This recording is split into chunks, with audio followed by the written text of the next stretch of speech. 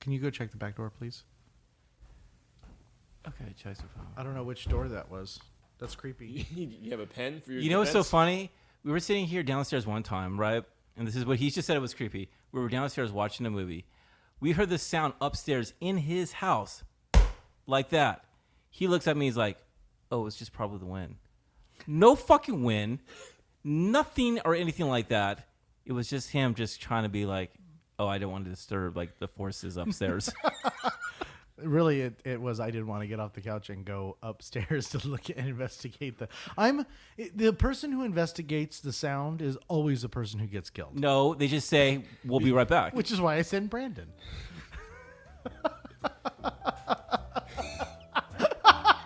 I said the person who always investigates. The person who investigates the sound.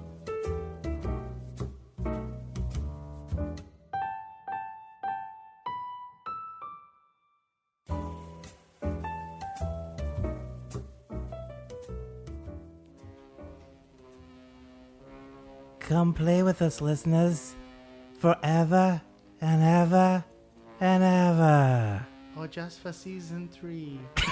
Of 3.5 Gentlemen, the podcast, where 3 of the 4 hosts provide a refined and intellectual analysis of movies from our private collection, and one of us who tries desperately to keep up. We'll let you decide which host is which, but for now, my name is Sean, and with me, as always, are my co-hosts, Jeremiah. Hi, Lloyd. Things are a bit slow here. Eddie. Room 237. And Brandon. Red Rum, Red Rum, Red Rum, Red Rum, Red Rum. That's fucking scary. Yeah, I was like, stop. Stop This playing. season, we're shaking things up a bit. We've decided that each host will pick a film from each decade, from the 70s to today, that exemplifies that time period. Some of the films will be underrated, some classics, while others will be overrated piles of cinematic crap. To finish off each decade, the host will have a group pick that is sure to delight.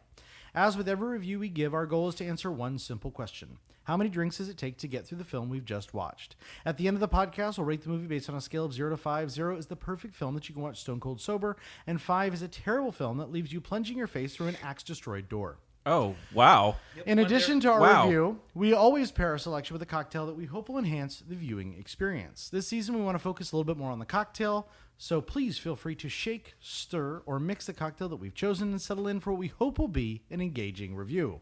With that, gentlemen, what movie do we have tonight? Well, tonight we're going to be continuing our dive into the 80s with our third entry, and this one comes from Stanley Kubrick, which is the 1980s classic, The Shining. This horror film is rated an 8.4 on IMDb, has a critic score of 84%, an audience score of 93% on Rotten Tomatoes, and is ranked 29th on AFI's 100 Films, 100 Thrills list. This tells about Jack Torrance, played by Jack Nicholson, who is a writer who becomes the winter caretaker at the isolated Overlook Hotel in Colorado, who is hoping to cure his writer's block. Brandon, not to be interrupting you, but you picked this film. It's a story about an aspiring writer and a teacher that takes his family. And murders them in the woods. Are you trying to do something here? Are you foreshadowing All I'm or saying, something? listen, all I'm saying is my wife and kids better watch out from hedge mazes. You didn't let him finish his sentence. He didn't want to hurt them. He just wanted to bash their brains. He just wants to kill them. Let me just tell you, Bash your brains. I'm just saying, don't leave me in a room by myself with a tennis ball. That's all I'm saying. Anyway, Jack Torrance settles in along with his wife, Wendy, played by the honestly one and only Shelley Duvall, and his son, Danny, played by Danny Lloyd, who is plagued by psychic premonitions, ESP, or as they like to call it, The Shining. With the shinny? The Shining. No, it's The That's Shining. from the... Oh. It's The Shining, okay? God damn it. As Jack's writing goes nowhere and Danny's visions become more disturbing, Jack discovers the hotel's dark secrets and begins to unravel into a homicidal maniac hell-bent on terrorizing his family. First impressions, Jeremiah. Before we get into our cocktail selection, before we get into our cocktail selection, we need to talk about whose film this is, and additionally, what our initial impression of this movie were before sitting down to watch it. Since this is Brandon's film, and God bless you, by the way, Brandon, thank you for choosing this film. Thank you. Please, what was your first impression? So I picked this one because I wanted to see this movie again. And I know that sounds weird, but I was going through the list of all the 1980s classic films, and one of the ones that I had in mind was The Breakfast Club, because I think that's a pivotal 1980s film. Stay tuned, guys. 2 weeks from now, maybe you'll hear that. Wink, wink. But no, I was looking through it, and I realized that there are a couple things in this world that I really like, and I don't know why I like them, because they completely go against everything that I am.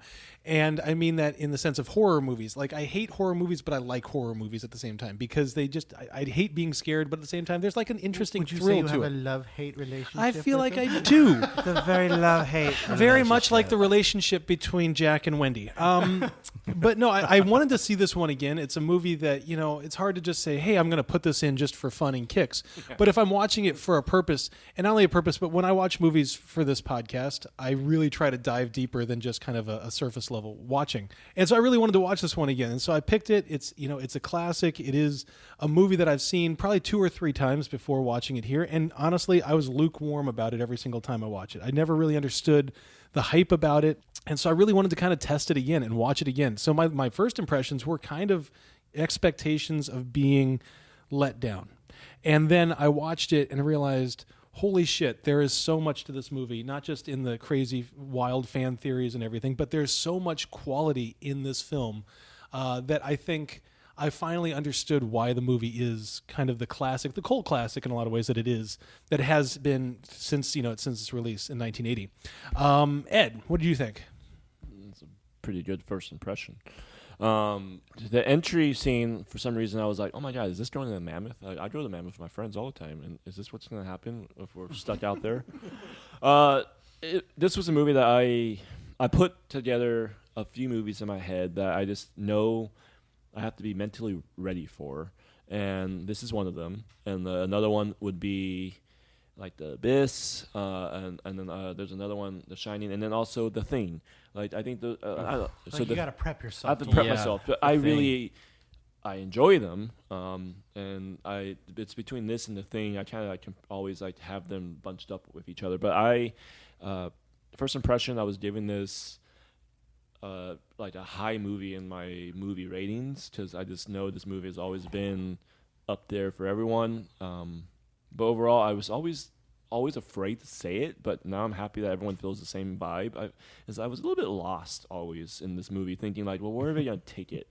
Like, where did I miss something? What the fuck is going on? Like, I feel like You're in a maze. I feel like and you're I trying to missed- figure your way Why out. are sometimes- furniture's moving every scene? It also feels like every I don't know. It's like I feel like it's every scene. It's like did I miss 30 minutes of the movie without knowing it? Like, all right, but that's what I thought. Jeremy.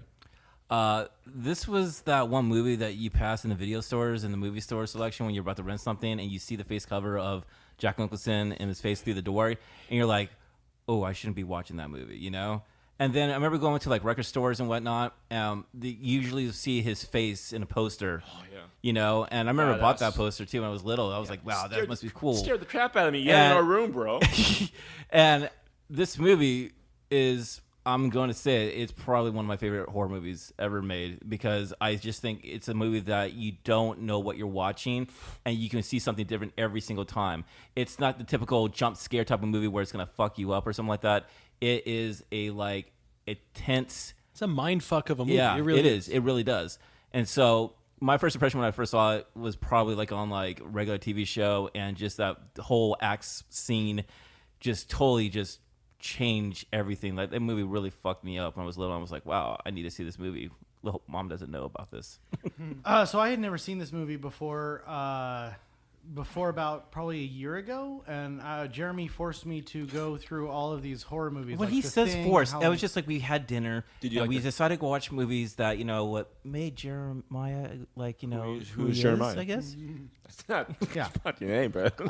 and Sorry, actually, that's I think Kim watched it with us. Did she? I think she did. And Speaking of this Kim, who's this Kim? Kim. Anyway, so I had never seen it, and it's always one of those movies that I've avoided because I don't like scary movies. But it's a classic, and I was like, okay, I'm gonna watch The Thing. I'm gonna watch Halloween. I'm gonna watch The Shining. I'm gonna watch all these horror Halloween. movies and get them out of my system. And I was good because I watched them all at once. Like, But in you the watched same all the month. good ones, too. Yeah, That was right. pretty awesome. So this was part of that grouping, and I remember sitting down for the movie and going, I really I like the quality of the movie. It was on Blu-ray. It was beautiful, and the music was sharp, and it felt different. It felt like I'm not super familiar with Kubrick's work, and it just felt so different. Like it was a different feel, a different vibe than anything I'd ever seen before. And so my first impression was positive, and then I kind of expected to be let down. So I continued to watch the movie, and I wasn't. I was like, well, where are you going with that? I'm sorry. Well, I didn't want to give away my view on the movie. Did you like it? Yes or no? Yeah, I think Okay, I think it did. Okay. Yeah. Eddie, cocktail. Shaken, not stirred. As we mentioned earlier, with each movie, we try to pair the tone, feel, and overall impact of the story for cocktail. This season, though, we really want to discuss the cocktail and more and how it links up to the movie selection. Everyone who listens knows that when we finally watch the Bond movie, It's coming up. It's coming up. We'll pair it with a vodka martini, shaken, Just not around stirred, the with a lemon corner. pill. We better drink that drink. We are going to have a Okay. vodka martini shaken, not stirred with We're lemon. not gonna have a But Heineken? tonight's cocktail was chosen by none other than the famous Brandon. Well, thank you. I'll be So famous. he'll be talking about us through the cocktail. Brandon? All right, so tonight we are going to have the drink Red Rum, which, I mean, honestly, you have to have Red Rum. So this is a drink with a little bit of a bite to it to go along with a movie that stays in your mind a long time after you watch it. Red Rum is an important aspect of the film, and bringing in a drink with rum that's red, well, what more can you ask for? To make this drink, you're going to need dark rum, Jack honey, some cherries, a little bit of orange zest, and a little bit of cinnamon to top it off, and then you can just shine on and shine on and shine on. And just as a special note, Jack Daniels, if you're looking for sponsor opportunities, we are more than happy to make every drink with you. Let me just tell you, I have not tried Jack Honey, but god damn it smells amazing, and I cannot wait to taste it. So, All right, let's The cherry company or the orange company or cinnamon company. if you I guys was need literally like, sponsorship, I will let us know. rock All right. Jack shirts all day. Cheers. cheers. Cheers. Fuck you. The hair of the dog that bit me. All right, I'm going to give my first impression of this drink. Whoa, whoa, whoa. The first taste Look at the bottom. The first taste Look at the bottom. is It's like not blood. good. Looks The like first blood. taste is not good. See the bottom? Looks like The blood. lingering honey aftertaste, That's delicious. it cleanses your palate and makes you want more. Is God that, is dang that the it. honey or is that the orange? No, it's the the orange. honey. The zest? Here's citrus- the the 5 citrus? miserable months being on the wagon. The citrus is wonderful. The cherries, I don't think, are adding a lot to it. It's just to make it red. Oh my god! Second sip is much better. It's really quite good. Way better than I'm second shocked. sip. Yes, We have I'm done. with I, you. Yep. I will commend us on this season's drinks and movie choices have been on point. Just so we. This is when you delicious. No. You get a little bit of the cherry in there, You know what I like with this is and it probably tastes. a You orange get a little bit of peel. sweet. You Yeah. get a little bit of I sweet. think It's the that orange peel. aftertaste. Like the you- aftertaste. It's really good, man. I would like more I- orange, like an orange peel, like I an don't know- old yeah. fat, like a Yeah. old-fashioned. yeah. I don't know if I could have more than one of these, Uh-uh. but really No. quite But the good. cherry really makes it kind of I'm sweet. gonna need an Uber If you home have after more this drink. than one of No, these, you didn't like it that's then. fucking dangerous, yeah. I'm because kidding. This is pretty. This is a strong This drink. is a good one. Yes, it's basically alcohol with just a little bit of cherry. It's Thank you, Lloyd. It's all alcohol. Thank you, Google. bit When I said slow. drinks inspired by The Shining. So I would say that I would recommend this. This is one of the ones that I'd recommend the most. Yeah. So if you're listening to the review, stop now. Yeah. Yeah. Hit pause. Make yourself one of these wonderful cocktails, and then Where can they find a recipe for this wonderful cocktail? on Sean? our website at thegentlemanpodcast.com. Thank you so much. It's a little slow tonight, isn't it? All right. So Okay, let's talk about this thing. Let's talk about this thing. Let's talk about the opening title of the film. I mean, it's so dreadful. I feel like a Dementor was sucking the life out of It me was when so you watch this. long, right? I remember that was one of the first things I remember from when I first saw this. Yeah. And I probably first saw it when I was 13 or so, maybe. And I would just remember the drive, right? That drive that just goes on and on and on and on and on. And it wasn't until I'm, older and now looking back and kind of looking at it analytically and saying that's to show just how far out they are and how isolated they are. That soundtrack. It's creepy. Creepy as shit. I know we probably can get to it eventually, but I want to just talk about the sound mixing, the sound editing, the use of sound, the music, They didn't know awards everything. for this. Like No nominations. no nominations for anything in this film at all, and that to thing- me is a. The thing is that they really don't have really a composer that actually did the film. They had a guy that was a music editor that just put a lot of spice and things together and whatnot. The only composers they had was these two women, Wendy Carlos and Rachel Iland. They did an adapt piece of Dies Irae, which means Day of Wrath. So it pretty much foreshadows of what you're going to be watching on the screen. Yeah. So I was watching the movie last night, and I was on the couch and I was watching it on the TV, and my wife is in the kitchen behind me doing some work or whatever, and she kept looking up and just being like, "Oh my God, that is the most annoying sound ever." And I said, "For you, it's annoying. For me, it's terrifying as hell because it's just constant and it builds and then it goes down and then it doesn't." There, like, I think you mentioned it, Jeremiah, that there's not really any jump scares in this movie there's at all. not. But man, there's a constant sense of dread and fear, And it builds. beautifully. It builds so perfectly. To piggyback on the sound and music, I remember the music. I remember I was watching this with Hannah, and she was asleep. Sorry. She was asleep, and she literally woke up. She's like, "Can you please turn off that sound?" She's like, that song just went in my dream right now. I dreamt that shit right there, and I was just like, and she literally just stopped. I'm like, "All right, yo." Like, but that's the thing, is it gets inside your head, and you you cannot watch this movie with the sound and the music, and not literally be like leaning forward expecting something bad to happen. So I was watching this movie also yesterday, but like nighttime. So I was feeding Avery, my 5-month-old, right, and she was like, up early. her eyes. I realize now, thinking about it now, though, her eyes were so big, just drinking the bottle, looking at the right. Watching the blood fill the screen. So when she becomes what she becomes, It was a very just the opening Remember scene. this. It was just the opening scene. She woke up for feeding, and I was like, "Oh, well, it's, I can feed her." But her eyes were so like open, and it was like, "Oh, you're not." I was just thinking in my head, like, "Wow, this." Probably I should pause this movie right now. Yeah. Well, I think that this might be sacrilegious, and Sean, you might attack me for this, but I think that of any horror film, or really maybe any film that uses music to its benefit, Psycho and this one, I look at them kind of lumped in the same category, and I do think that maybe aesthetically or mentally or purposefully they tried to mirror what Psycho did with the screeching, and to me it's such a sense of unease. That's the word that I kept going What's your back thought to. process It on makes that? you uncomfortable. Yeah. So what I love the music. Don't get me wrong. I love the sound. What I think that this movie does better than most movies is silence. Having nothing and then only focusing on the sounds that are there. You're not. So I'm a sucker for a John Williams score. John Williams is the greatest composer of all time. Michael Giacchino, or however you say it, Gucciano is also very, very good. There's Horner's good, great, but they fill the movie with music, and they tell you what to feel by what music is going on. This film, to me, there was like a couple of scenes early on where they're sitting down and eating breakfast, and all you have in their apartment is books. Mm-hmm. Like There's no like digital entertainment. Obviously it's the 80s, but like if you notice, every shelf is stacked with books. There's books on the floor. There's books everywhere. Like, and what I see is him dominating their family with his obsession. Yeah, I like that. And the silence between them is creepy as hell because you it's almost like he's checked out from the moment he comes on screen. So so not just the music. I kind of want to extend this beyond just music, but also include just the special effects sounds, right? The tricycle going over the hard floor and then the carpet, and the hard floor and the carpet. It's this redundant, repetitive. It almost.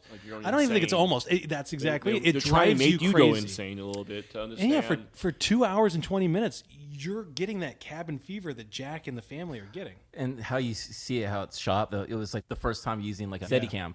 Following the kid on the was it the tricycle or whatever? Yeah, tricycle. It was a big wheel but you're following it around and you're seeing how big the hotel is and how empty it is and everything. Every day he goes on a different level.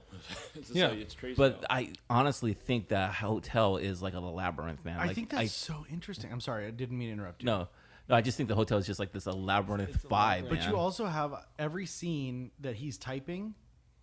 You hear the clicking of the keyboard. It's too repetitive throughout echoing throughout the whole thing, and you've got this like you. I never thought about it like that, where it's a repetitive, irritating sound, but it's almost like I'm like, stop freaking typing. Like it bugs the crap. Like I don't know if I could live in there for 5 months and listen to that clack, clack, clack, clack, clack, every single moment of the day. Especially knowing I would have to watch it again to see if there's anything else besides the tricycle and the typewriter that is that kind of redundant sound. There's the wind too. Yeah, the wind and there's it's not. There like, is that wind sound. Yeah, it's not, and it's not like a shutter. It's like wind against glass, like the Like that really kind good. of. Also- I thought it was pretty good. That was really good. Also, just the it being so silent, like just nothing Right. there, is also like going insane because it's like you're it's like you're going crazy in your head. when Every it's drop of so water. it's so Something. quiet that it's like wow, like I'm going insane right now because it's too quiet. And it highlights something like when there is sound, especially if it's the music or something like that. It highlights it and makes it even that much more jarring, I You're guess. talking about the high piercing sound where you see Jack Nicholson looking like this, The like Kubrick stare. the Kubrick stare, and you hear that high pitched sound like something's about to like pop or something's about to fucking break or something like that. It goes up. Like Yeah. it starts out and then it just kind of it's like the revving of an engine only with sound. Like it just is Sidebar, guys. This drink was literally so good. I got okay. 2 20s and 2 10s in my pocket. So so there's a couple things that I want to kind of get out of the way, and Jeremiah, I know off mic we talked about it a little bit, but there are so many theories as to what this movie is about. Now, a couple backstory things. Stephen King, who wrote the original book, Stanley Kubrick decided to take this book and destroy it in the sense of the story. Right? He redid almost half Everything. of it. Yeah, at least half of it. So bad that Stephen King came out and vocally was anti-Shining. He said it's a terrible movie. It literally, he likened it to a car with no engine. Do you know beautiful car why with no he engine. did not like it? Well, he didn't like it for a couple of reasons. I know he didn't like it because Shelley Duvall was the opposite of what he wanted for Wendy. So was Jack. So was Jack, yeah. And he the was reason vocal how about it. Jack in the book, he actually has like kind of like this redemption vibe, like trying to save his family from the ghost. Where in the movie, he's like, "No, I'm just going to kill Yeah. my family." Which- that's the one thing he did not like. Yeah, and I don't know if you guys ever saw it, but in 1997 they came out with a miniseries that Stephen did, King yeah. wrote and produced, and I remember watching that live on ABC or NBC or whatever it was. And that was actually my first introduction to it. So 97, I was 12. I didn't actually see the Kubrick movie until I was probably 13, 14, so a little bit after that. But I remember watching this 6-hour, 7-hour, 8-hour TV miniseries because that was the day that they did that. And I remember thinking, holy shit, this is literally the scariest thing I've ever seen. And it was so well. But what's interesting is that tied together exactly with the book. And for somebody who reads a lot and loves books, I've never read The Shining. I've started it about 4 times, and I'm going to say it, Stephen King to me is the most overrated author in the world. I just am not a fan. That's the reason Rebecca was like that. He's like, I don't think he has great ideas, but he's lacks as a writer. Exactly. I'm also so it's gonna, interesting. Yeah, I'm going to say something very controversial. In my humble opinion, the reason that the books are the books and the movies are the movies is because when you read a book, you can create your own horror. You can create your own imagination. In a movie, they have to show it to you. And that's contrary to things I believe in because I think Lord of the Rings and Harry Potter stick to the damn book because they're incredible. You need to stick to them and they're Exactly, wonderful. yeah. And every time they deviated, I was like, mother... Except for getting rid of Tom Bombadil. Anyway. Yeah, that's a big one. Oh, thank God. My point of this is Stanley Kubrick took the idea that Stephen King created, and if I wanted the exact word for word book, I'll read the book. I don't need the movie. This movie took the spirit of the book, in my opinion, and really transformed it into something that visually was probably the most unique horror experience I've ever had because I wasn't scared, but I was terrified. Yeah. Exactly. Yeah. The whole Yeah. time I'm on the edge of my seat waiting for shit to hit the fan. I know it's Sometimes hitting it the does, fan. and sometimes it doesn't, Right. though. I right? really, sorry, go keep No, going. no, no, I was like, I really enjoy that when stories don't follow. I mean, when movies don't follow the stories, the books. Like, I mean, there's a reason why the book is amazing, and it's like the movie needs to have its own identity. If it's too the same, then like you said, I'll just read the book. Then like Right. it's too exact. Which and that's hard for me to say because, you know, like I said, Harry Potter, Lord of the Rings, you have such brilliant source material that you've created a world. You need it for continuity. You don't need it for continuity. There's no universe creator on The Shining at the time. So you don't, you know what I mean? You don't need to stick with everything. So one thing that Stephen King was really upset about, and it wasn't until I did the little bit of reading and researching, like we all do, IMDb, fun facts or whatever. It wasn't until I was watching it last night that I really caught on to this. And actually, I caught on to it before I read about it in the IMDb facts. And it's that Stephen King, in the book, Jack goes crazy at the Overlook, right? Where here, there's so much that he's already crazy. The Overlook brings it out. He just brings it out, right? And I think in a lot of ways it's almost like that thing with alcoholics or not alcoholics. I take that back. Well, no, he but, was but with recovering well, no, alcoholic. but what I mean to say is alcohol just in general is that so much is being said now. Everybody used to say, oh, alcohol just brings out a different person. Where no, they say alcohol brings out kind of who you really, your inner you, your true you. And so I think that we see that a little bit more with the movie version. Is that he's always been insane. He's always been crazy. Maybe it's because he's a reincarnated ghost or who knows, and we can talk about the ending for sure. There's a lot of things to it right there, yeah. But it's obvious that the guy is just insane, and I do credit that with brilliant casting. I mean, Jack Nicholson is the perfect casting choice, I think, because I mean, you just look at him and you just feel uncomfortable. Yeah, during that first part of the interview, you just felt like something was just not right, Like it almost felt like he was signing his soul. I'm going to overtake this hotel right here, signing this contract, literally selling his soul to the devil right there. Right. Well, I know that one of the theories is that the Overlook is hell, and that would mean that Ullman is in a lot of ways the devil, and so when he is signing away, he is kind of literally signing away. And his soul the question into that it. I had, and this is fun because I got to rewatch it, kind of close to when I watched it the first time. Yeah. And I had done all this reading and done all this stuff. I got the idea that, and this is me making stuff up in my own head. What if they never left the apartment? What if he killed them in the apartment? That's an And interesting he's created theory. this. This is his life to live over and over and over again of him stuck alone with the people that he hates. Like Grady said it too, like when he was like, you were the caretaker. You've always been the caretaker because I've always been here. Which is interesting because he was the caretaker before who went crazy, killed. I don't know if that's him because in the beginning of the movie, the interviewer says it was Charles Grady. Mm-hmm. The guy in the bathroom was a different Grady. Interesting. Yeah, that was just the character. That was a different. Could have been the caretaker's dad. Something like that. But I'm just saying, like, this caretaker thing is just this. So that it's happened, almost like he's reliving generation after generation yes. the same hell that he's in, like, been purgatory, stuck in. yeah. Yeah. So is that Grady? That first story, I guess you can say the daughter killing, and is that supposed to take place in the 70s? It said like 11 years. Yeah. So basically, when like late 60s or something like that. Yeah, so 11 years would have been. This was 1980. Right, and the book was And written I in the think- 70s, and 78. I think it was set. I think it was Yeah. set in the 80s. Like Yeah. I think that was Yeah. it was real time For sure. So we're talking about 69, 68, 69. 68, 69 with maybe like So yeah. So, but I mean, I was hoping that I was just trying to flip the story. So your mind went to different places with this movie. It's just like for some reason I was thinking also like Jack, he's just a serial killer, and he was actually the first caretaker of Grady. He is Grady also, and he killed his first family, and then he came back. He said he shot himself, his face in himself, but maybe it could have been someone else. Or it could be, if we're going to go on the more metaphysical level, then maybe it is kind of that recurring hell just with a different family, which if you've seen the movie, I know, Jeremiah, you've seen it, Mother.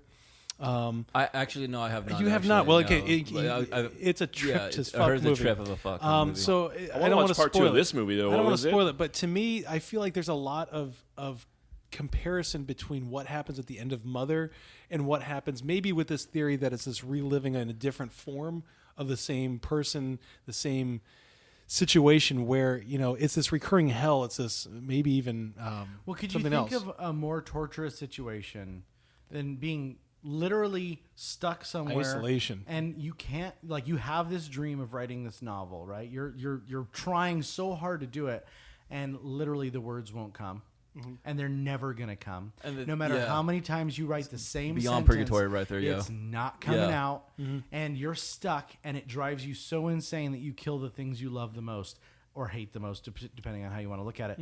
That, to me, is it feels purgatory. It feels like purgatory. It does. Yeah. It's 100% purgatorial, and I think that there's so much. You go online and you can go run through all the different theories. I totally recommend watching the documentary Yep. Room 237. See, and I look at that, and not to get biblical, but I look at that as forbidden fruit, right? It's the garden. There's a lot of biblical references in there. 100%. But it's like, okay, don't go in here, don't do this, don't do this. Well, and look that's at really when Danny. that's Danny's the fall of man, right? Which is interesting because Danny's really the first one who crosses that boundary. Halloran innocent. tells him not to go in 237. And what does he do when he sees it? He goes up and he turns the doorknob, and he's not allowed to do it the first time. And then it's gifted to him the second time. And if there's roll anything into it. else Edenic in the world, I mean, then or in stories, that's it. I know it's kind of, and I love biblical references because to me the Bible it's powerful in the stories, and they're so universal. It establishes It's and just drives so yeah. much. Yeah. Yeah. Eddie, you're talking about the sequel, which is called Doctor Sleep. I have not seen that. Have you seen that? I've not seen it either. I have not. I'm not seen gonna lie. I think it's a fantastic sequel to The Shining because it actually shows Danny as an older. got He goes ripped back. He goes. apart. No. He goes got back. ripped Ewan apart. McGregor. I didn't think he got ripped apart. I think he actually He got. goes. So he goes back. He shows him how he's dealing with his whole situation from the past and how he's dealing with The Shining. Is Tony there? Like, is he? In the book, if people don't know, it's actually Tony is actually him in the future. Actually, Yes. Which, if you watch Yeah. the miniseries, it jumps into his high school graduation, and you see the ghost of his dad there. yeah. Which is just See, and Stephen King wrote a you ghost see story, it. which is fine and wonderful. Stanley Kubrick turned it into a human. it's a psychological thriller. And there's nothing more terrifying than the devolution of man. Like having a man or a woman, just mankind, lose control and go back to the base instincts. so then, That's terrifying. I think there was a lot more going on at this hotel than obviously was it Ullman was obviously letting on. He was said, 11 years ago there was a killing. I can't believe that happened here. 237 did that happen the same? Is that No, it's a different. It's that's a different room. killing, right? That's it's a different time. room. And also I'm thinking it's something happened in the 20s. Well, that's when the picture was taken. That's what I'm saying. That's I think why that it's was like the he's heyday. reliving. Yeah. I feel like something happened there because also the whole hotel. I mean, the whole elevator with the blood coming out. It's just like a lot of death happens in this hotel. Well, because overall it's built on the burial burial grounds, which is Indian- so Which is so poltergeisty. Stephen King. And you have like different reference actually talking about that, just different signs of like, Native American, like, windows and pictures and things like that. I'll tell you two things about that, what you're talking about. One, I'll let you guys know Dr. Sleep is a fantastic fucking film. Watch it if you get a chance. Two, the interviewer, Ullman, there is a deleted scene of the ending where you see he goes into Wendy and the son and let him know, hey, Jack has disappeared. We haven't found your husband and whatnot. And then as he leaves, he looks out over Danny and hands him the tennis ball and kind of smiles at him and walks away, saying that he might have been actually brought into bringing Jack into the the whole like hotel because he's stuck forever and whatnot. reason, yeah. However, Kubrick just deleted that whole scene and it doesn't even exist anymore. That would have been cool. to So see that. I listened to this podcast on serial killers, and there's people, and it's creepy. Icebreaker I know, I'm right sorry. there, I know. guys. I'm obsessed. Okay, it's weird. It's like they trap souls in that hotel. Well, that's what I was just gonna say is that there's houses that like people have built. There was a murder house in Los Angeles, I think it was one of them. It was on American Horror Story, where the guy actually built a house to murder people, built a hotel to murder people, and had like back chutes and back doors and back.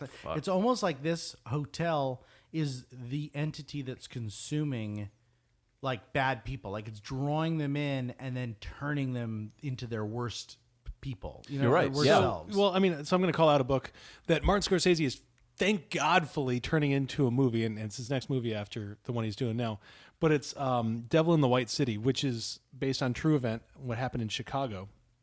And it was during the 1893 World Fair, I think. Ooh, that's my favorite song. And Isn't DiCaprio supposed to be starring in he's it? supposed to be starring in it, and I think he's the killer. I think, Oh, but man. it's a true story about somebody who created this basically hotel and would trap and kill and torture people, and he was a normal guy on the outside, and it's so interesting, and it goes along with kind of the American horror story, but it also goes along with this idea that you have these things that create such negative and bad juju, I guess, if you want to call it anything. I mean, I don't believe in ghosts necessarily. I do. I know, but like everyone asks me if this house is haunted, right? Which house? The house that we're in right now. right? This house. I mean, obviously, look at it. This house. Right? I'm sitting on this chair. Who knows if it's actually me?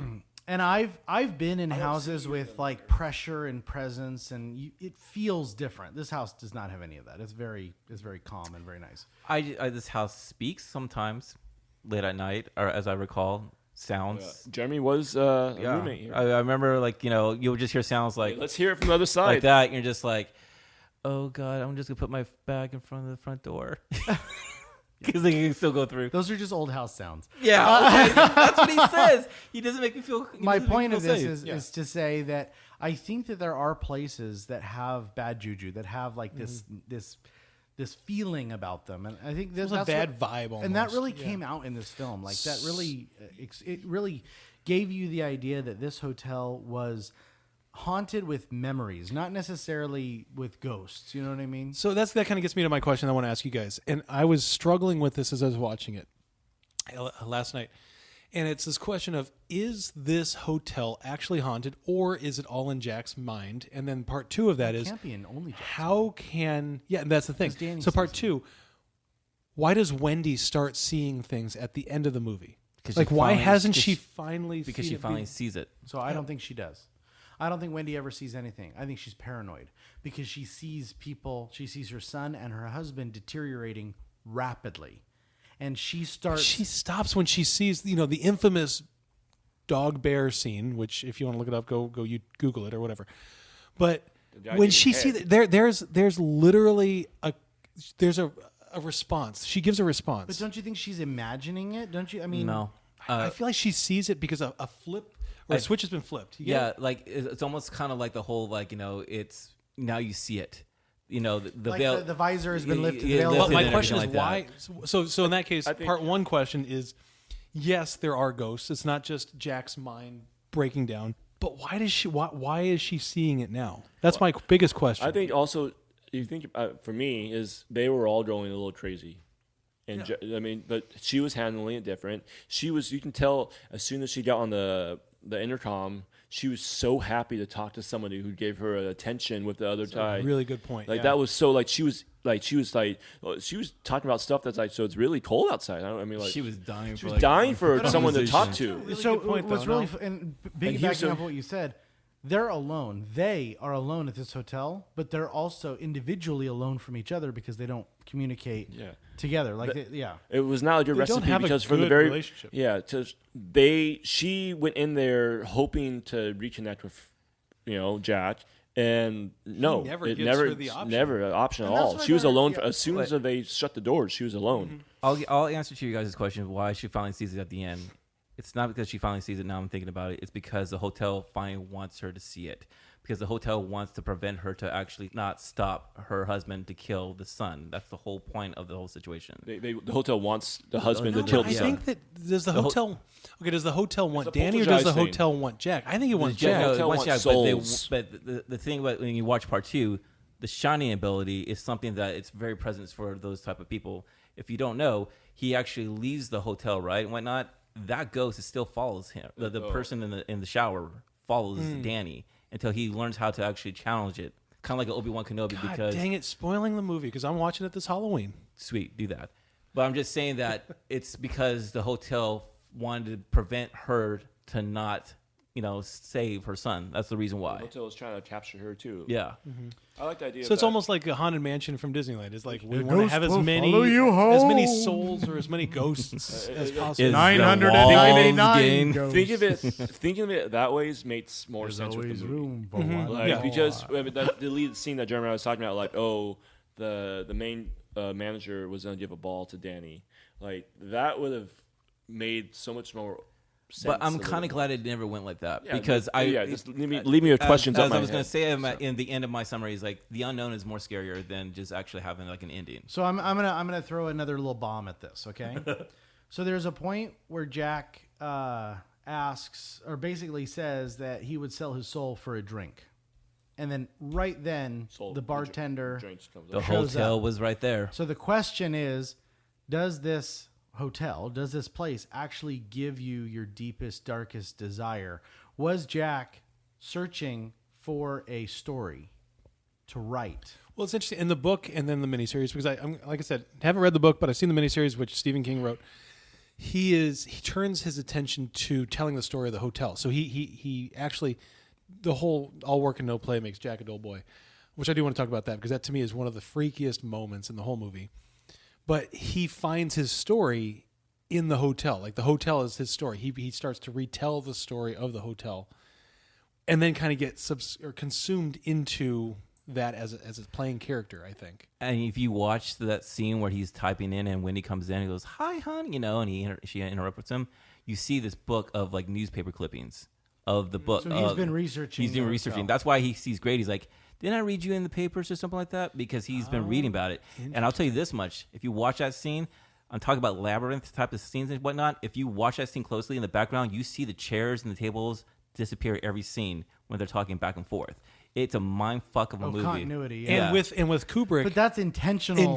But, it's like Scorsese. Like Hannah was like saying like that might have been like a mistake. I'm like maybe, Scorsese, but not Kubrick. Kubrick doesn't make mistakes. It's kind of like there's Yeah. a couple a handful of directors I think you could say if there's an issue. And I remember we talked about this a long time ago when we talked about Scorsese. Oh god dang it, I love this movie so much.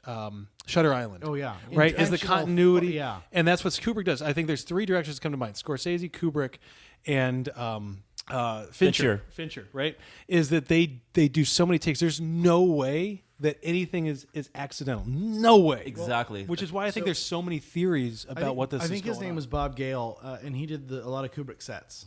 And I think he did, and I might have the name wrong because he did a bunch of James Bond sets as well. And he said in an interview on one of the James Bond movies is that Kubrick would hire people to look at two items. That was their job. Like this glass that I'm drinking out of right now would be their job to make sure every take got put back in the exact same place Nice. that it Yep. started or whatever it was. Like that was So if your there's a whole screw job up, was like it's glass Exactly. tender number 4. So when you watch that scene, I'm like, man, Kubrick is totally fucking with you right now. Which is the whole, they redesigned the hotel is constantly shifting and moving, which we see in the tricycle. Again, Room 237 is one of the greatest weird documentaries ever. I have a question too. So, as a writer, Brandon, do you? Thank you. I don't know where this. I I've don't know where never this is been going an here. expert on writing, but yes. So yes, you are. Oh, thank you, sir. He's got 3 books, If you people. don't know, he has more than 3 books, I think. Yeah, Just 3 right now. Amazon. Yeah, but he has purchase more. it. I know this. It's good more. stuff. Thank you. And he has a movie lined up too, guys. So also, I just want you to know, I want to ask this question: if you have writer's block, do you write over the same sentence a couple times to break it? Is that something to do, or is that just something? I don't. And the reason why is I've tried that. So I've had writer's block a couple times. I think early on I tried to do just push through it, just kind of like Just write anything. rewrite the same scene over in a different way. And it just gets you nowhere. Like the only way, and so little writers out there in the world, this is just my thought, and maybe it works, maybe it doesn't. The only way to break the writer's block is to literally get away from writing and do something completely different, which is interesting because that's what he doesn't do, right? He locks himself in that room. He yells at anybody who comes close to him. Like the best way to break that writer's block would have been to go out and play with his family. Go out and into the outside and walk around. I read something in one of the facts is that Jack is never seen outside except for the maze where he dies. Too late. Too late. Yeah.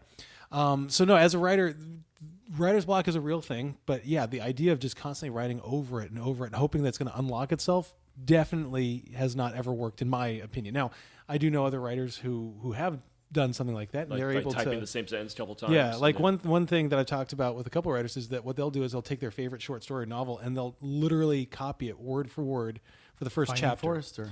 Yeah, is like, okay, I love The Great Gatsby, so I'm going to write chapter 1 of The Great Gatsby word for word, looking at the book and then typing, looking at the book and typing, as a way to kind of break free some of those thoughts. But So here's see him and not able to do Here's that. my question with writer's block, and this is something that, it's just a basic question. Mm-hmm.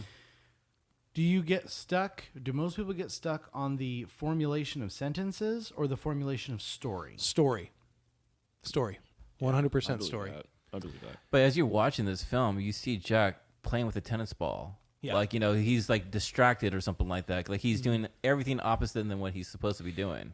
And then we have that weird, not weird, it's creepy as hell scene where Danny goes, or watching, Wendy and Danny are watching TV, and he's like, oh, can I go get my toy truck or whatever it was? Creepy. And he comes in, goes and upstairs to his Jack room. is just fucking sitting on the edge of the bed. Yeah. And then can't sleep. he comes in and sits on Jack's much to lap, do. and he says something like, I love it here. I wish we would never leave. And it's almost like he's prolonging it. Almost like if he finishes that story, then his part in that place will end. Pretty much saying exactly the same thing what those two twins are saying. Those two creepy fucking twins. Play Like, with stay us. here Always forever, play with us. ever. Which means I'm going to constantly be working on this because it's my tie to this place. And if I finish it, then I have to leave. So what am I going to do? I'm going to create writer's block. Or I'm going to create diversion from writing, throwing the tennis ball, or like that one creepy scene where he's just staring, right? Because the Kubrick stare, and he's just staring, and he's not moving, and it's like when he's sitting on the edge of the bed, but he's also doing it in that writing room. I mean, literally, just who knows what he actually wrote in that one page? Maybe it was all work and no play makes Jack a dull boy. First one that we ripped up, when he rips it up, it's almost she like was he's like, saying, "I'm not gonna finish this because if I finish it, then I have to leave, and God damn it, I don't want to leave." Yeah. I think you know what you were talking about earlier about the hidden messages regarding to Kubrick and everything like that. That scene where they're watching television, where that TV is just on and there's no plug in or anything like that, which is kind of weird. Yes, creepy but as hell. you know, this has a lot to do with like the Holocaust and everything of like hidden messages. And that movie is called The Summer of 42, which is pretty fucking like, wow, he's like throwing these hidden messages or something like that. The typewriter that he has, it's like Eagle. Eagle. So which is the Nazi symbol. There's all these different references that he's actually showing here. Even like, you know, with the Native Americans, like bad juju? you know, or the Apollo 13 right there, or the Apollo 11, you know. Apollo 11. With the kids. Again, watch Room 237. If you guys haven't watched it, have you seen the I've seen documentary? it. Is it a Yeah. movie or a documentary? It's a documentary. It's like an hour long. It's so worth it because you'll appreciate the hell out of The Shining and then want to rewatch The Shining after you see it. That's actually one of the reasons I picked this movie when we were going through the 80s, is because I had seen Room 237 maybe 2 years ago, and I kept saying, "Oh, I want to watch The Shining again." To look at some of these things. So briefly describe 237 as multiple deaths. In this Okay, room. so the documentary is Room 237, but it's only talking about one of the theories. Basically, it's a documentary that breaks down multiple theories, including the Holocaust, including the Native American genocide. But the big one, which I think is probably the first one, was that Kubrick was actually part of the staging of the Apollo 11 moon landing. That this is again taking the theory that that we never actually landed on the moon, but it was all staged and filmed to make it look like we landed on the moon, and that Kubrick was actually the one who directed the moon landing. And one of the theories is that, well, the book had it as Room 217. They moved it to 237. Well, the moon, according to 1980s lore, the moon was 237,000 miles or 237,000 miles away from planet Earth, which means why change it to 237? I guess they re-looked at it as 239. Supposedly, but the also, other thing, the carpet is in the same pattern as the launch pad in Cape Canaveral. Yeah. And then if you watch that scene where he's going to 237, right, going to the moon, that he's wearing an Apollo 11 sweater, which is just kind of weird why he's wearing a 237 or Apollo 11, because that would have been, you know, almost 15 years earlier. So the thought is that this is Kubrick basically admitting to, Or he's just fucking with audience. Or he's just fucking with audience. Oh, absolutely. And this Which is something he absolutely I'm would pretty do. sure like he knew exactly what he was for doing. sure. Dude. But man, it is so interesting and so fascinating just Either how way, it was deep intentional. right? How deep this movie goes into so many different theories. And it's almost like you got to give Kubrick props, whether you like him or you hate him as a director. And to be honest, I'm on the more, I don't like him as a director. I've seen a bunch of his movies, and I'm not a huge Kubrick fan. But for him to look at it and say, okay, well, how can I mess with people? How can I mess with the viewer? And to think these things out, I mean, it's brilliant. Now, granted, like the Apollo 11, like it was theorized at the time that in conspiracies that he was the one who staged the moon landing, and that 2001: A Space Odyssey was him practicing with different techniques as far as how to film the moon landing and things like that. And again, it's far out for sure, but at the same time, for him to put together all these things in one movie, it's fascinating how much is in there. Dude, he's done great movies. You know, honestly, you know what's so funny? Like Sean and I last year, we were trying to watch 2001: Space Odyssey. It's a tough one. And we got maybe 40 minutes in, and we both looked at each other and was like, "Let's just watch something else." 40 minutes in, did you guys even get past the light sound show? We got to the space station. Yeah. Oh, so he's just walking the treadmill in a circle? Yeah. remember the first 10 minutes, there's no sound. There's nothing. No. It's just black. And I look at Sean, I was like, man, this is Kubrick just fucking with us. Yeah. He's literally fucking with the people. You guys didn't get to the space child? No, I know. Man. I don't think I can So handle that movie, I can man. tell you right now, I lasted all 2 hours, and I think it's 27 minutes or so. I lasted it.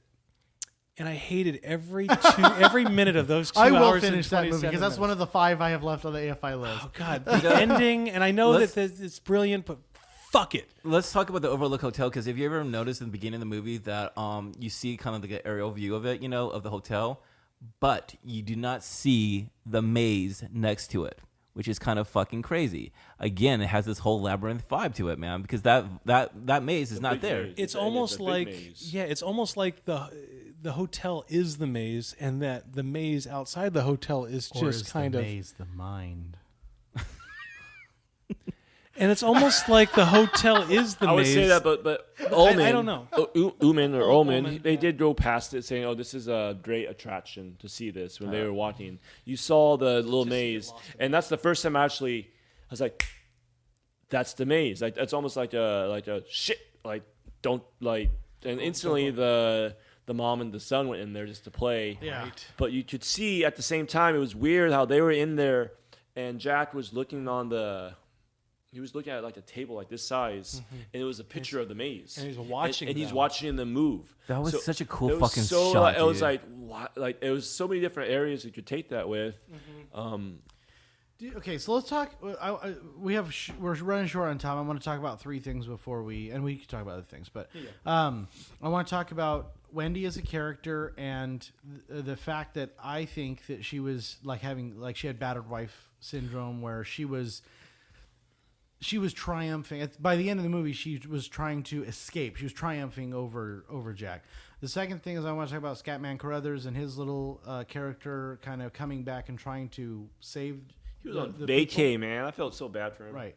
And then the third is I want to just talk about Jack's losing it, just that whole process of chasing down the people. For the longest time, I didn't really care for Shelley Duvall's performance on that, but when you watch it, you kind of have a little more respect, especially from my understanding of what the shit she went through to actually make that film. I mean, if you watch behind the scenes, you actually see Kubrick just don't sympathize or something like that, just making this whole environment just horrible for her. They'd You know, intentionally have her do Yeah. 100 different takes of the same thing, just so that she would, by the end of it, be exhausted, so that she could fully looked exhausted. encapsulate She looked the character exhausted. of Wendy. Yeah.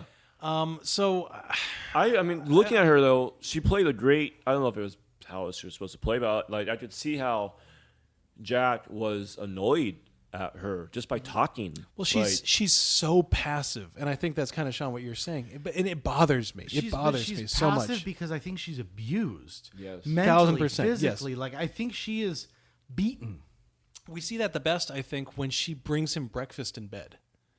And she's like, I made it just like you like it, sunny side up. And I mean, it's like she's trying so hard to please her husband that obviously, she's lost any kind of autonomy to herself, which, I mean, that works on so many different levels.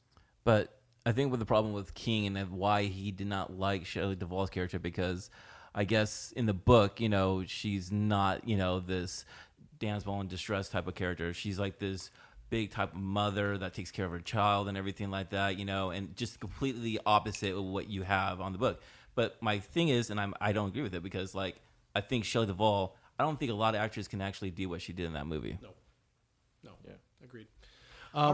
Go Yeah, ahead. so second Question thing 2. was Scatman Carruthers, which was... He's a great actor. Honestly, you see him in another great movie from, I think, the 1970s. As We also had Jack Nicholson. Actually, Nicholson Halloran? actually Yeah. got him into this movie, by the way. Honestly, I thought he did such a great job. It's so small, and it's really his only scene, Well, But when he's this going is what through in the destroys ho- most in the of the kitchen. theories, right? Yeah. is that he's got The Shining. Just he That connects he with somebody leaves outside. and comes back, and Yes. he's left. He's like the tether. Which is interesting because a lot of people, I guess, are arguing, well, if he's got The Shining and he knows what's going to happen, then he knew that he was going to come back to get killed. Well, The Shining, I don't think is like premonitions. I don't know if it is or It's isn't. like I think it's a vibrations. But connection if anything, to the we other can look at side from this Some perspective. people have different abilities with The Shining. Which is more explored probably in Doctor Sleep. Yes. But the thing is, the thing with Halloran's character is that he comes back knowing he's going to die because his whole goal is to do one thing. To get Danny out safely. Perfectly. Does You he got do it. that? Yes, he does. He does. Sacrifices himself. He Brought goes in another knowing he's vehicle going to in, be too. killed as soon as he walks in, and that when soon he's as going to he see him, and that's going to cause this chain reaction. I mean, God dang it! You look at it and go, "Whew." So the other side of that is if they left that deleted scene in where the guy gives him the ball, the tennis ball, then you have to ask a whole nother set of whole nother questions, set. which is, was the hotel compelling him to get Danny out so that the hotel can continue this cycle of people coming back and becoming feeding the hotel, feeding the souls, feeding feeding this. And this what does he beast. do? They get rid of the two characters or the two people with The Shining. They kill off Halloran, and they get rid of Danny by just saying, "Go away." And there's my second line of questioning or thought that I kind of came to at the end of watching it is, what if Jack was trying to stop the cycle By killing Danny. by killing the person with the shining? And that question raises a whole nother slew of questions. And I don't want to suggest Jack's the hero, but what if the hotel or not the hotel, but whatever. What if Jack's purpose of the story is to end the cycle, not to perpetuate it? But in so he doing, failed. he perpetuates it. Yes. Yeah. Just an interesting mind It's thought. an interesting. It's just an interesting. There's this circle. whole movie, and I think that's an interesting. I thing know, is I know. I'm like now I'm thinking about like fuck. It is that What the hell did I just watch? It is that labyrinth where I think you can watch this movie literally 55 times and not come to the same conclusion in any of them. Yeah, do you think Ullman and I think it's Watson, who was like the assistant of Barry Nelson, do you think they knew more of what happened there and they just never told? Yes. I think if you watch The Assistant, You see the assistant's eyes is like, he's very just on Why the else edge. would he be there? And I feel like I don't know if he was a caretaker or if he knew, but you have the sense like felt he like wanted to get the fuck out of there. yeah, he you wanted know. to get the fuck out of there. Like, The whole story makes you think this isn't about a hotel. Yeah. It's not. It's not just a guy going crazy at a hotel. It's Even not- like that's not if the you story. see him walking right and you see the lights right and you see this ray of lights, and I know they had put these 1,000 watts of lights, make it look like it's just like this ice vibe of location where they're at. Visually, everything that you see is just unbelievable. How it's just shot and how it's just made, and it's just the vibe. And the ending is fantastic, especially when you know the climax is going to be going, and that he's got the axe, and you see Danny just doing being exercised as Tony, like Red Rum. I mean, you knew that's going to hit the point where the shit's going to hit the fan right there. so is he? So he's already has the shiny, but is that on something on top of the shiny that he's just dealing with that he created because of Jack for the whole abusiveness, or is this something he's already had outside of that? That's where the movie offers no answers. It's is there something supernatural, or is I this? wish they would have had something. That Is this Danny? I think it would have ruined it if they had something. So one of the and I am a huge Closure fan, and I love when things are tied We up. just talked about 2 weeks ago if the other movie didn't have enough. I understand. I totally understand. But part of the greatness of film and why film is so much different than novels is that with film, as soon as the villain or as soon as the monster is revealed, it loses its power. In this particular movie, it never lost its power because it was never revealed. And so you have this lingering, what did I watch? Is it following you home? Is it going to follow me home from the theater? It sticks with you. And that last shot, what I put here, that last shot is so creepy because it just, there's no answers to who is that character that looks exactly like Jack. Is it Jack? What's going on in 1921? Why is he front and center? Did he What kill a the bunch fuck of people happened? then? Yeah, Did he like, establish himself then and we he came have back as no a idea. reincarnated person? Yeah, we have no idea. Is the hotel haunted? Is this in his head? Is this in Danny's head? Did they get out of their apartment? I mean, there's so many questions, and there's literally not a single answer. And I just Kinda think like for the Lost. first time that it works so well. It does. And I'm anti that. I'm anti that. Interesting. Yeah, you are, dude. Interesting. It works now for this, but didn't work last time for the other. Well, it couple didn't work movies. for Halloween because what the fuck? He got killed 7 times and he got up and ran away. Okay, yeah.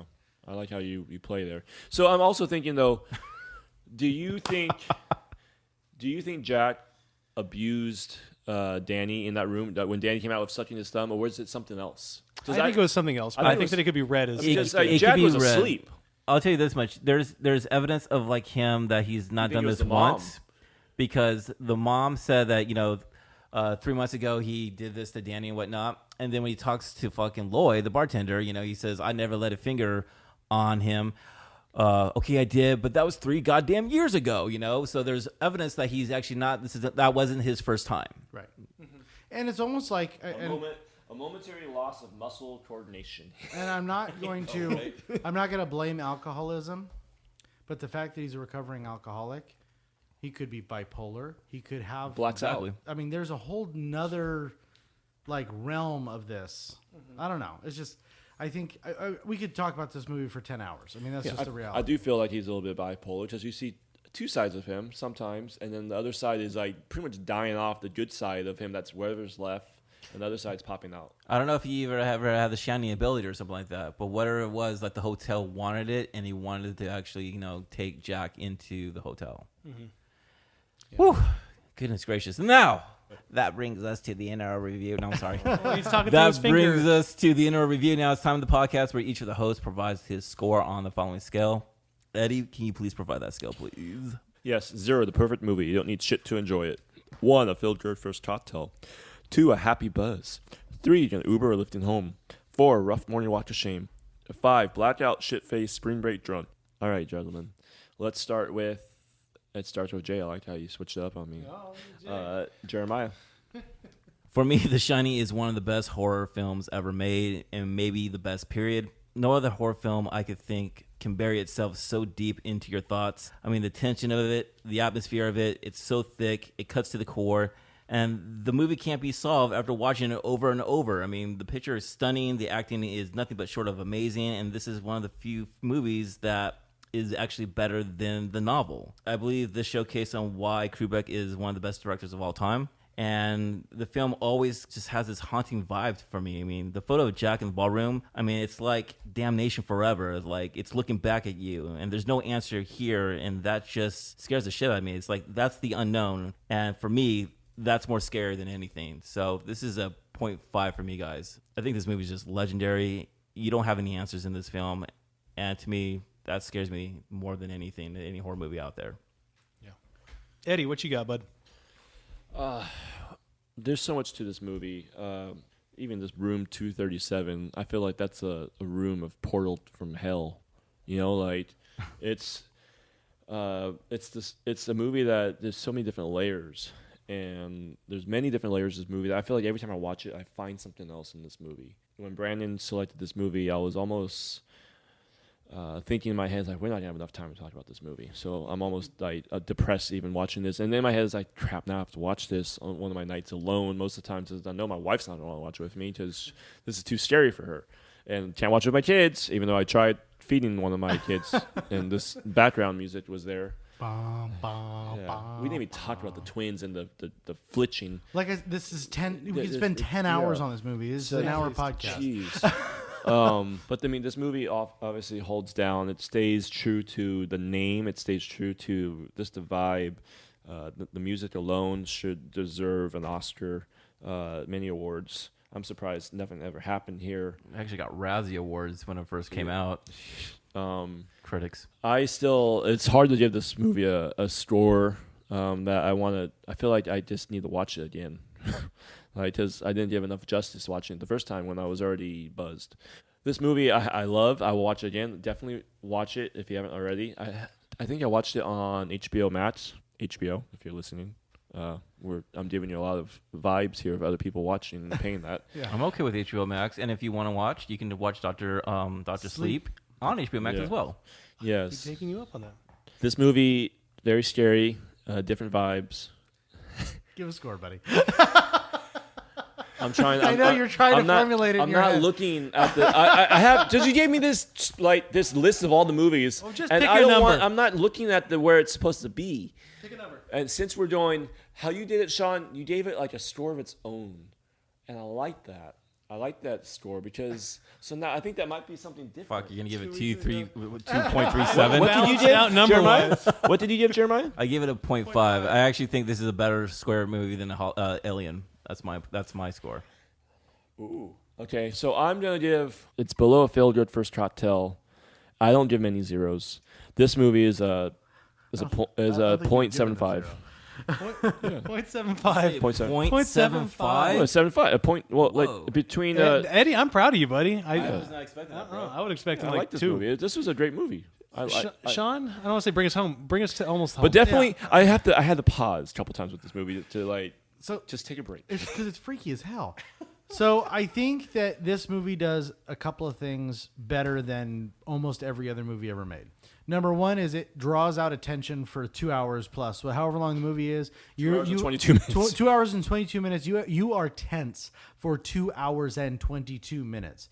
The pacing of this movie is dog shit slow. And still, It is. you are on the edge of your seat waiting for the next thing to happen, the next sound to happen.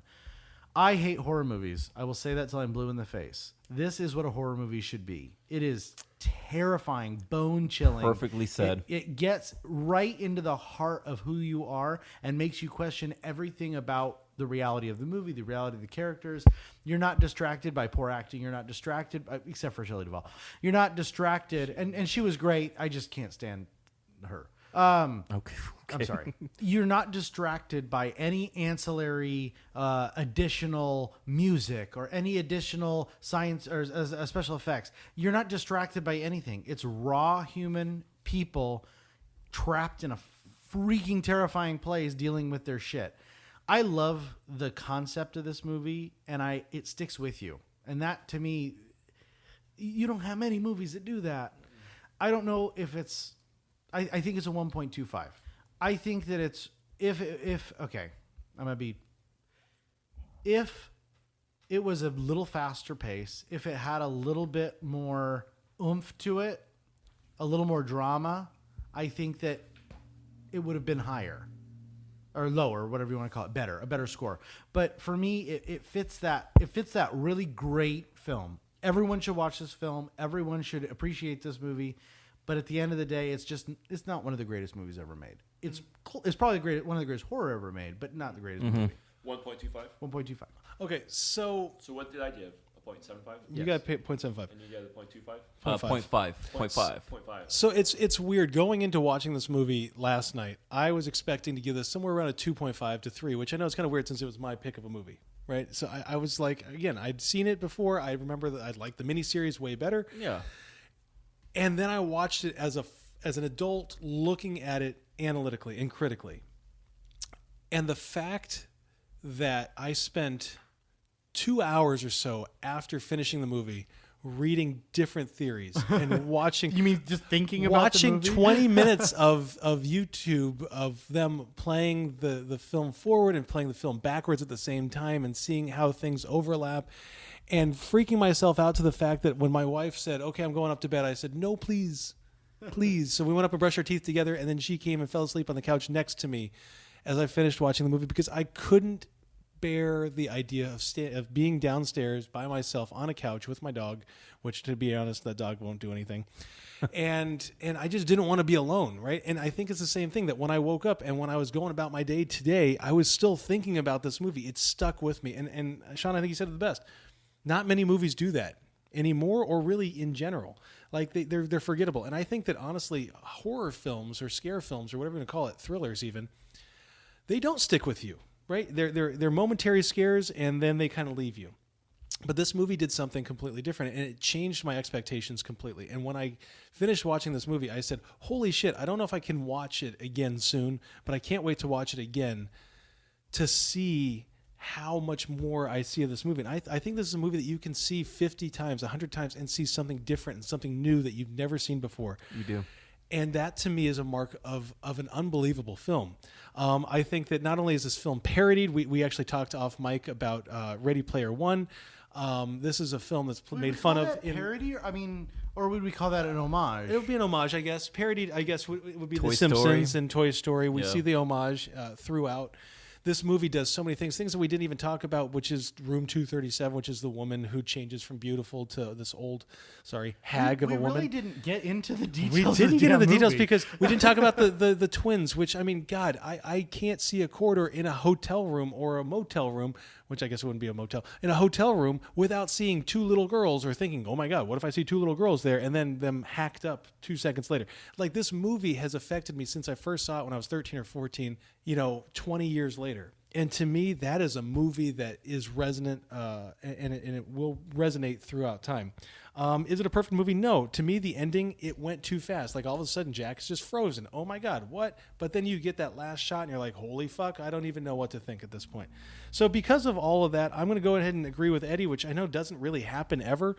And I'm going to say that it is a 0.75. It is like a really good rum and coke, or it's like two of these absolutely delicious drinks that we made today, where I'm not feeling good because I don't think you can feel good in a movie like this. But damn it, You I am definitely need to go enjoying the and shit out of it. You definitely need to go and get some ice cream after this. You do need ice cream, and you need to snuggle with the person you love. And so, it's a 0.75. So, Eddie, where are we at then when we put all those together? I am happy that we agreed for the first time in a long time. Super psyched. See, horror films actually could bring you guys close Halloween, together. okay? We have Halloween. Jared, just stay over there, Bring okay? us so close, you guys. I'm so happy. Baby steps. We are at 0.8125. Holy shit. Yep. Say that one more time. 0.8125. Oh my God, we have a new If top only 5. Sean Yes, had we gone do. below 1.25. Well, it depends because we have a lot of tied for one. We got 3 that's tied for number 1. We got Perks of being 0.5, Sound of Music 0.56, Well, Joker. considerably, that's the top 5 then, bro. Well, thinking. as a rank. 1, 2, 3, 4. No, this takes the number 5 spot. Okay, Yep. so I see what you guys. Thanks, said. bro. You guys, okay, my bad. Above I'll Jo- shut This up. is below Joker, or I guess not as good as Joker, but better than Jaws. Which, Sean, do you want to weigh in on that? Yeah, it's not better than Jaws. It's not better than Jaws. Although I will say that But we're talking about it so much. Like you said, it we could talk for 10 that's what I hours. was saying. I will say. How that did you put- There's way more to Whoa. speak about than Jaws. How But did- Jaws is in a different How category. did you put? It's crazy how you put The Shining there, Well, right, It was unintentional. right next to freaking. Maybe Jaws. Sean has The Shining. Bro, Just so you guys and know. I already see the net store too, and it's pretty accurate. It's fucking In case you aren't understanding what the heck's unbelievable, going on, Sean printed out the entire list of our ratings from 1 to 38. It's really hard to and look at he this. just happened to put The Shining Right next to literally Jaws, next right to above Jaws. where it actually goes. So either Sean has got The Shining, or Or Sean's this, always been the caretaker. he's I'm okay with that. This whole time it was Jack Grady. I don't know, Yeah, I'm but playing. you put Jaws and The Shining together, and you know what? Fuck, I'm okay with that. But it makes I mean, at sense. the end of the day, I all am of these, all of the top 10 movies are great movies. It's not like Yeah. Elf. I love that. Elf is a Don't great mess movie, with Elf, bro. But my God, top 10 movies of all time. All right. Well, no, this is just our list. Of our list. Don't mess with Elf, bro. All right. If you enjoyed our review or a fan of the podcast, we ask you please subscribe wherever you're listening and give us a 5-star review on iTunes. Written reviews are really what makes us grow on the charts. We've had enormous. Big Fish is number 9. Yeah, that's one of our Do we unreleased. remember that That's the one? number 1. Written reviews are really what make our podcast go, and we've had some great success with The Godfather, with Alien, and it's been very, very fun. So we appreciate everyone who's giving us a listen. You can find us on Instagram at The Gentleman Podcast. You can visit our website at thegentlemanpodcast.com, or if you want to reach out, you can do so by email at hosts@thegentlemanpodcast.com. Gentlemen, what do we have next week? If you write a nice review, I will personally call you out. Well, don't Yeah, say call you out. That's such a negative thing. No, I'll call you out in a nice we way. will mention you, We'll on, mention you on the one of the podcast. podcasts in future. Yeah, absolutely. As long as you say something nice. And by all means, everyone who is listening right now, we're so thankful. But God, just one person, just share us to one of your friends, your family member. It goes a long ways. Trust me on that, yo. And we do appreciate you. Jared, what is our movie in 2 weeks that we're going to be talking about? Oh, I don't know, but something tells me is that it's gonna be an 80s. So you're saying we're in detention together. Eat my shorts. What did you say? The Geek, the Prom Queen. The basket case. The The jock. The recluse. The weird girl. I don't even know. Well, and then the criminal. I love it. If you get the bull, you get the horns. What is it? Don't mess with the bull, He Hassan. said that right away in the movie. I too. know. It's like, jeez. Everyone, we're going to have good times in a couple weeks. We're getting back. I mean, this is the 80s. Summer of 80 love. Thank you. The Breakfast Club. All right. Well, thank you all for listening, and cheers, gentlemen. Cheers. Cheers.